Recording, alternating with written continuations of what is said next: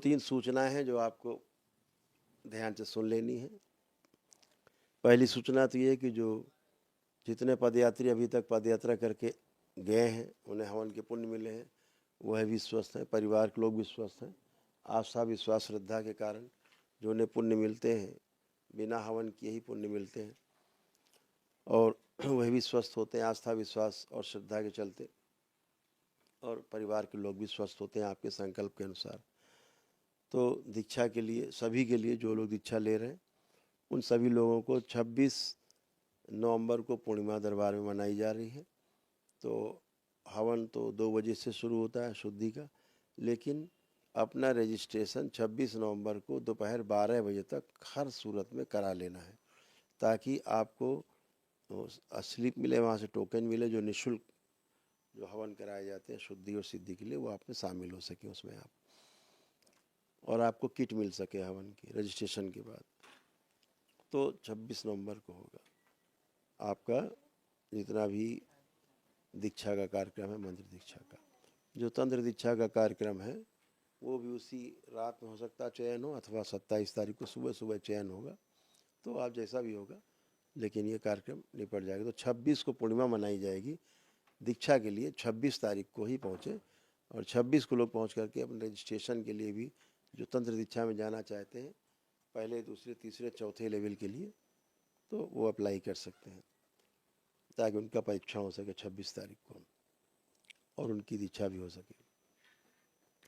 तो 26 तारीख का कार्यक्रम है। दूसरा कहना है कि कार्यक्रम लगा हुआ बेंगलोर का, जो 15 दिसंबर से 22 दिसंबर तक बेंगलोर की यात्रा है, बेंगलोर पहुंचना है। बेंगलोर में तमाम विभिन्न कार्यक्रमों में भाग लेना है। दरबार के जो भक्त हैं, बाबा के शिष्य हैं, उन सबसे मुलाकात है। वहाँ जो संत हैं जो अच्छे अच्छे कार्यों में संलग्न हैं, तमाम समाज सेवी लोग हैं, उनसे मुलाकात है। और दरबार का जो निर्माण होना है जो बेंगलोर में, उसके संबंध में भी ये यात्रा है। तो आप सभी लोग ध्यान रखेंगे कि बेंगलोर की यात्रा 15 दिसंबर से 22 दिसंबर के बीच में है, ताकि वहाँ पर हम सभी लोग मिल सकें। बाकी कार्यक्रम आपको कुछ फ़ोन नंबर जारी होंगे जिन पे आप संपर्क करके वहाँ पहुँच सकते हैं। तो जो आप चर्चा होगी दरबार की, जो आपसे मिलना होता है, वो आपको सहज हो सके। तो हम सभी लोग नोट रखेंगे कि 15 दिसंबर से और 22 दिसंबर के बीच में बेंगलोर में है। और ये भी ध्यान रखना है कि बीच में हो सकता है कोई कार्यक्रम बने इधर, तो हम आपको आगे से आगे सूचित करेंगे। दूसरा एक महत्वपूर्ण सूचना है, तमाम पदयात्री जो पद यात्रा करके आते हैं, कोई 1000 किलोमीटर से पद यात्रा करके आता है, कोई 1400 किलोमीटर से 1500 किलोमीटर से पद यात्रा करके आते हैं, कोई 500 किलोमीटर से, कोई 700 किलोमीटर से, कोई 300 किलोमीटर से पद यात्रा करके आता है। पुण्य सबको बराबर ही मिलते हैं। दिखता है कि आपके अंदर आस्था विश्वास श्रद्धा बहुत है, लेकिन आप तमाम जंगलों को पार करते हुए, तमाम बच्चियां बताती हैं कि जंगलों को पार करते हुए कैसे जंगलों को पार किया है, लेकिन बाबा माँ की कृपा से जंगल में भी ऐसे लोग मिल गए जो उनके साथ हो गए और जंगल के पूरा पार करा दिया। 20 किलोमीटर यात्रा करा के 25 किलोमीटर पूरा जंगल क्रॉस करा दिया, और उसके बाद झगड़ा करके चले गए, मोबाइल वोबाइल तोड़ के अपना, कि कोई बातचीत नहीं, लेकिन आपको जंगल से पार करा दिया। तो तमाम घटनाएं होती हैं। तो इन चीज़ों से आपको देखना है कि कैसे हम लोग स्वयं सुरक्षा कर पाएँ स्थूल रूप से। सूक्ष्म रूप से तो पूरा दरबार आपके साथ होता है। आप पद यात्रा शुरू करते हो और आपको दरबार से पुण्य मिलते हैं। तो इस बात को आपको ध्यान रख के चलना है कि दरबार से जुड़ करके आपको तमाम पुण्य मिलते ही मिलते हैं, प्राप्त होते हैं। तो आज हम ये चाहते हैं कि इसको निश्चित कर दें, ताकि आपकी पद यात्रा में समान दूरी तय करके आपको दरबार पहुँचे, भगवान भोलेनाथ और माता की कृपा आप पर बरसे और आपको एक दिवसीय अनुष्ठान के पुण्य अथवा 9 हवन और एक जो एक आरोग्य हवन का पुण्य आपको मिले और आपका परिवार स्वस्थ हो। इस बात को थोड़ा डिफाइन करके चलते हैं। बहुत खुशी का विषय है, बहुत हर्ष का विषय है कि रामलला का मंदिर भी बन के तैयार है। हमारे गौरव का प्रतीक जो राम मंदिर है, जिसकी लड़ाइयाँ लड़ी हम सब लोगों ने बचपन से, आप सब लोगों ने बचपन से लेकर अब तक बहुत लड़ाइयाँ लड़ी। बाद में माननीय उच्चतम न्यायालय के द्वारा जो निर्णय दिया गया, वह निर्णय सत्य का प्रतीक है, सबसे बड़ा सत्य की जीत है। तो उस निर्णय को हम सभी लोगों ने स्वीकारा, हमारे समाज के सभी लोगों ने स्वीकारा, सभी मजहब के लोगों ने, पंथ संप्रदाय के लोगों ने भी उस निर्णय को सराहा। उसके तहत आज हमारे साधु संतों ने हमारे बहुत संघर्ष किए। अयोध्या के हमारे साधु संतों के साथ साथ पूरे देश के साधु संतों ने, ऋषियों ने, सब लोगों ने संघर्ष किए और उसका फल परिणाम सामने आया कि हमारे आराध्य हमारे भगवान श्री राम परिवार सहित टेंट से निकल करके और अब वाकई में अपने स्थान पर विराजने जा रहे हैं जहाँ पर उनका स्थान होना चाहिए था। तो ये बहुत सबको बधाइयाँ, अग्रिम बधाइयाँ। वो कार्यक्रम भी अभी होने जा रहा है दिसंबर माह में कार्यक्रम होने जा रहा है। तो ये सारे संकल्प प्रार्थना आपके सफल हैं। ये सब आज ये दिन हम लोगों को अपने जीवन में ये देखने को मिल रहा है। तो एक पवित्र स्थान है। तो हम लोग ये चाहते हैं कि जो भी पदयात्री हैं, जो पदयात्रा अपनी शुरू करें, तो 2 स्थान ऐसे हैं जहाँ से आप पदयात्रा शुरू करेंगे तो आपको उसके पुण्य जरूर प्राप्त होंगे। सबसे पहले तो एक स्थान है भोलेनाथ की नगरी, बाबा विश्वनाथ, बाबा विश्वेश्वरनाथ, हमारे देश के एक प्रमुख ज्योतिर्लिंग में से एक है। काशी जिसे सृष्टि का केंद्र कहा जाता है। तो सभी पदयात्रियों के लिए एक गाइडलाइन है कि नए साल से 1 जनवरी से, अभी तो जहाँ से जो आ रहे हैं उनको पुण्य मिल ही रहे हैं, लेकिन ये ध्यान रखें कि जो 1 जनवरी से जो लोग पदयात्रा शुरू करेंगे उनके लिए गाइडलाइन दरबार की ओर से है। तो जो लोग काशी से, जो माता अन्नपूर्णा का मंदिर है वो काशी विश्वनाथ मंदिर में ही है ना, शक्तिपीठ है, वो भी एक माँ विशालाक्षी का मंदिर है। तो उनके दर्शन करके और भगवान भोलेनाथ को जल अर्पित करके और वहाँ से आप जल ले करके जब करौली शंकर महादेव धाम कानपुर पहुँचेंगे, भगवान भोलेनाथ को जल अर्पित करेंगे, तो आपको वहाँ पहुंचकर 1 दिवसीय अनुष्ठान का पुण्य मिलता है, जिसमें आप अपने को, स्वयं को, अपने परिवार को रख सकते हैं और सभी लोग अच्छे होते हैं, आपको आनंद मिलता है, सभी कष्ट तमाम जाते हैं, तमाम नकारात्मकता जाती है, नकारात्मक स्मृतियाँ जाती हैं, सब नष्ट होती है। जो दुनिया भर की गंदगी, पेशी पेशा, उल्टा सीधा, भूत प्रेत, नकली भूत प्रेत की बीमारी जो आप लेके घूमते हैं, सब नाटक, आपके मन के नाटक, ये सब खत्म होते हैं, गंदगी जाती है, परिवार के लोग भी आपके स्वस्थ होते, तमाम रोग कष्ट जाते हैं।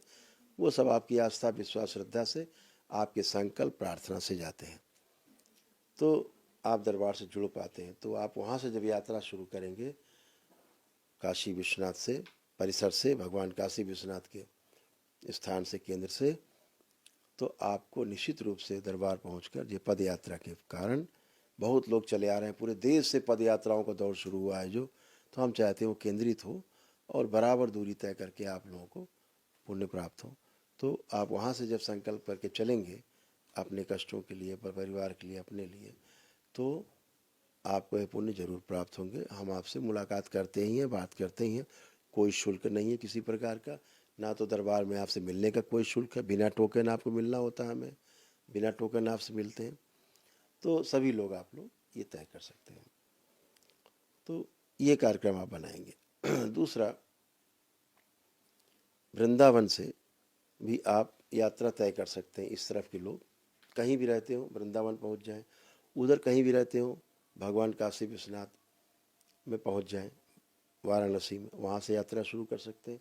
इस तरफ के लोग जो है इधर वृंदावन में, श्री वृंदावन में पहुंच करके बिहारी जी के दर्शन करें। उसके पश्चात जो गोपीश्वर महादेव का मंदिर है वहीं पर, श्री गोपीश्वर महादेव प्राचीन मंदिर है बहुत, तो वहाँ पर भगवान भोलेनाथ को जल अर्पित करके दर्शन करके और वहाँ से अपनी पदयात्रा शुरू कर सकते हैं।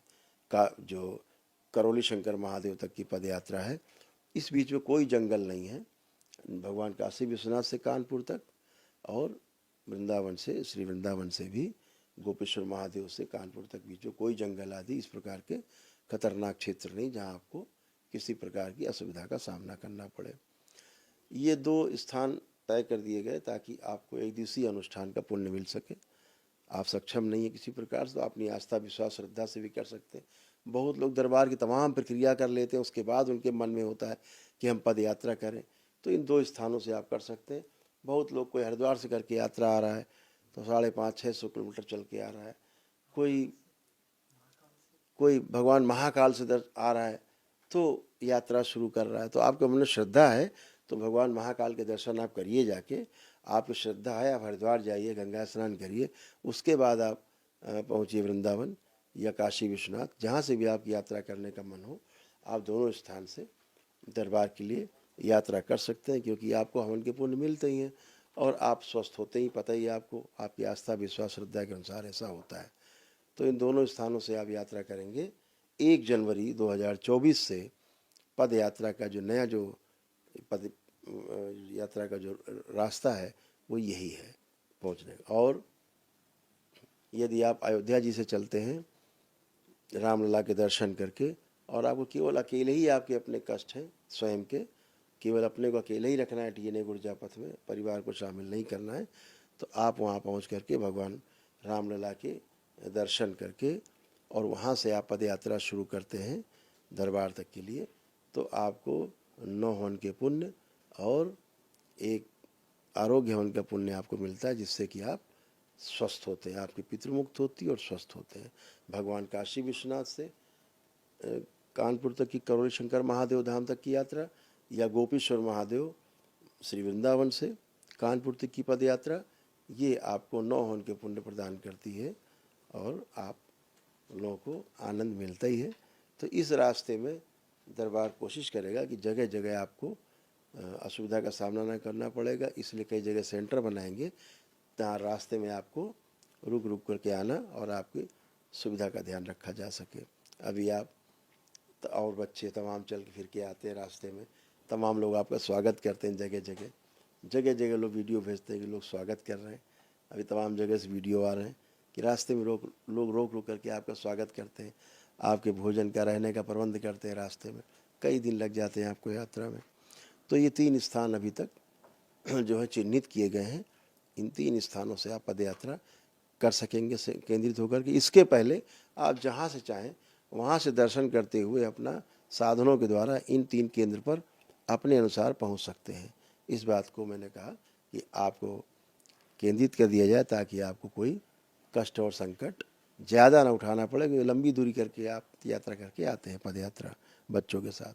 तो 3 केंद्र भी आपके लिए ये 1 जनवरी से खोले। जो यात्रा कर रहे हैं जहाँ से भी आ रहे हैं उनका स्वागत है, लेकिन 1 जनवरी से जो लोग यात्रा शुरू करेंगे तो वो लोग इसी प्रकार से करेंगे जैसा कि मैंने बताया है। दूसरा, बहुत जल्दी जो काशी विश्वनाथ में जो सम्मेलन है जनवरी में 25, 26, 27 जनवरी का सम्मेलन है, महासम्मेलन है दरबार में कि बाबा के भक्तों का, शिष्यों का, दीक्षित लोगों का। वो पूर्णिमा जो 25, 26, 27 में 26 जनवरी को जो वहाँ पे 25, 26, 27 3 दिन का कार्यक्रम होगा, उस पूर्णिमा पड़ रही है उसमें, तो वहाँ दीक्षा का कार्यक्रम भी होगा। और जो लोग सम्मेलन होगा ध्यान साधना में, जो हम लोग भाग लेंगे, एक साथ मिलेंगे, मिलन होगा भक्तों का, शिष्यों का। वो कार्यक्रम 25, 26, 27 जनवरी को भगवान काशी विश्वनाथ के दरबार में हम लोग हाजिरी लगाएंगे और वहीं पर अपना कार्यक्रम संपन्न करेंगे। और वहीं पर जो आपके कई चीज़ें हैं जो लॉन्च होंगी नई नई, वो आपको वहीं से सूचना दी जाएगी, जो आप सभी के लिए, पूरे समाज के लिए एक कार्यक्रम दरबार बना रहा है, जिसमें नशा मुक्ति कैसे की जाए। दरबार के जो भक्त हैं या नए लोग हैं, कैसे जो लोग नशे से परेशान हैं, नाना प्रकार के नशा से परेशान हैं और अपने शरीर को नष्ट कर रहे हैं, तो उनको कैसे मुक्ति दी जाए, उसके बारे में कार्य योजना आपके सामने रखी जाएगी। और जो लोग ज़मीन को, भूमि को, इस पृथ्वी को दूषित कर रहे हैं, तमाम प्रकार की वस्तुएं डाल करके, उसमें गंदी वस्तुएं डाल करके और खेती करते हैं, फिर वही गंदगी हम लोग खा करके अपने पेटों में ले जाते हैं, रोग नए नए पैदा करते हैं शरीरों में। तो कैसे बचाया जाए, कैसे प्राकृतिक कृषि को बढ़ावा दिया जाए, कैसे हम उस खेती को करें जो हमारे लिए लाभकारी है, शुभकारी है और स्वास्थ्यकारी है। ऐसा एक बड़ा कार्यक्रम बनाएंगे और भगवान काशी विश्वनाथ के दरबार से इस कार्य योजना को बृहद रूप में प्रस्तुत किया जाएगा। जो हम लोग, सभी लोग जिस प्रकार की खेतियां कर रहे हैं, वो सब कैसे कर रहे हैं, साथी मिल के कर रहे हैं हमारे, जिनको कई लोगों को भारत सरकार ने भी उन्हें पद्म भूषण वगैरह विभूषण को प्राप्त किया। दरबार के ओर से सभी लोग जो सक्रिय रहे इस प्रकार के कार्यक्रम में, प्राकृतिक कृषि में, तो वो लोग भी काफ़ी सम्मानित किए गए और भारत सरकार ने भी उन्हें भी पद्म विभूषण वगैरह जो पुरस्कार वगैरह दिए हैं, प्रोत्साहित किया है। आप इस बात को पुनः से ध्यान कर लें, फिर से हम आपको रिपीट कर रहे हैं, पुनः से रिपीट कर रहे हैं कि भगवान काशी विश्वनाथ के दरबार से यात्रा करने पर और वृंदावन से श्री गोपीश्वर महादेव का जो मंदिर है वृंदावन में, वहाँ से यात्रा करने पर, यात्रा शुरू करने के पहले वहाँ से पहले बिहारी जी के दर्शन करना है, उसके बाद फिर गोपेश्वर महादेव में जल चढ़ा करके यात्रा शुरू करनी है। ऐसे ही काशी विश्वनाथ से विशालाक्षी माता के दर्शन करना है और उसके बाद भगवान काशी विश्वनाथ को जल अर्पित करते हुए और फिर आपको यात्रा शुरू करनी है। यहाँ दोनों जगह से यात्रा शुरू करने पर एक दिवसीय अनुष्ठान का पुण्य, एक दिवसीय हवन का पुण्य मिलता है दरबार आकर, और एक दिवसीय महाहवन के भी पुण्य मिलते हैं। आवश्यकता पड़ती है तो उनके हवन भी अलग से निःशुल्क कराए जाते हैं। सब निःशुल्क है, ये पूरी तरह निःशुल्क है, मिलने का भी कोई शुल्क नहीं है, वहाँ पूरी तरह से निःशुल्क है, कोई टोकन नहीं है, पहुँचने पर भी कोई शुल्क नहीं है, रहने खाने का इंतजाम रहता है। अगर हमारी आपसे 2 दिन 4 दिन मुलाकात नहीं भी है, आप पहुँचते हैं, आपको रहने का इंतजाम है, दरबार में सब भंडारा चलता है, खाने पीने का इंतजाम है, तो कोई किसी प्रकार का कोई वहाँ कष्ट नहीं। आपको पता ही, आप पहुँचते हैं वहाँ तुरंत स्वस्थ हो जाते हैं, कोई कष्ट बचते नहीं है, ना आपके शरीर के बचते हैं ना परिवार के बचते हैं। तो इस जगह से एक दिवसीय अनुष्ठान का पुण्य मिलेगा। लेकिन जो अयोध्या जिसे भगवान रामलला के दर्शन करके चलेंगे, दरबार आएंगे जो लोग, यहाँ तो परिवार को जोड़ के आप चल सकते हैं, भगवान काशी विश्वनाथ से पद यात्रा करके आने वाले लोग, और गोपीश्वर महादेव जो वृंदावन में है, श्री वृंदावन में, वहाँ से पद यात्रा करके आने वाले लोग अपने परिवार को अपने संकल्प में, अपने DNA ऊर्जा पथ में संकल्प में शामिल कर सकते हैं। तो सभी लोग संकल्प करके स्वस्थ होते हैं। लेकिन यदि स्वयं अपने अकेले कोई कष्ट है कोई, उसके लिए आप भगवान रामलला के दर्शन करके श्री अयोध्या जी से करोल शंकर महादेव धाम तक की पद यात्रा करते हैं, तो आपको पुण्य 9 हवन के पुण्य और 1 आरोग्य वृद्धि ऊर्जा हवन का पुण्य प्राप्त होता है और आपको आनंद मिलता है, आराम मिलता है, और अपनी आस्था विश्वास श्रद्धा के अनुसार आप आनंद में होते हैं और स्वस्थ होते हैं, नकारात्मक स्मृतियाँ नष्ट होती हैं। ऐसा कार्यक्रम है, तो इसको इसी अनुसार ग्रहण करें। आज आप लोगों से बहुत बातचीत हुई, आप लोगों ने अच्छे से संकल्प किया है। आपके और आपके परिवार को बहुत बहुत शुभकामनाएं। आज जो आप लोगों ने संकल्प किए उसके लिए भगवान भोलेनाथ की ओर से, माता कामाख्या की ओर से, परम पूजनीय बाबा जी और गुरु माता जी की ओर से आप सभी को बहुत बहुत प्रेम, उनकी ओर से बहुत बहुत आशीर्वाद। आप सभी का परिवार और आप सभी स्वस्थ रहें, सुखी रहें और समृद्ध रहें। शनिवार को संकल्प में पुनः मिलते हैं। जय जय राधा